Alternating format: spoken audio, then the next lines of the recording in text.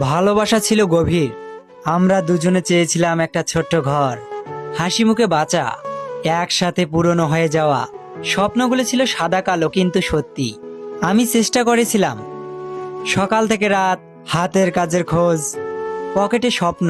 আমার পকেট ফাঁকা ছিল, তবুও মন ভরা ছিল ভালোবাসায়।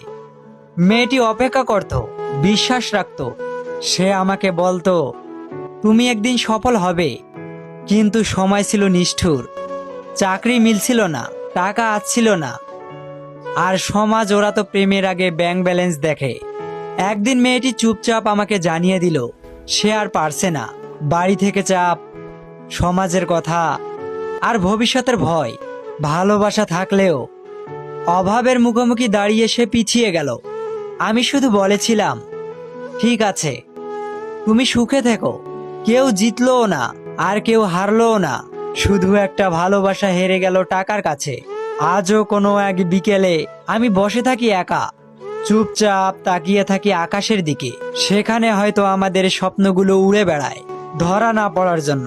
আমি যে পাগলিকে এক নজর দেখব বলে ছটফট করি, সে আনন্দে জীবন কাটাচ্ছে।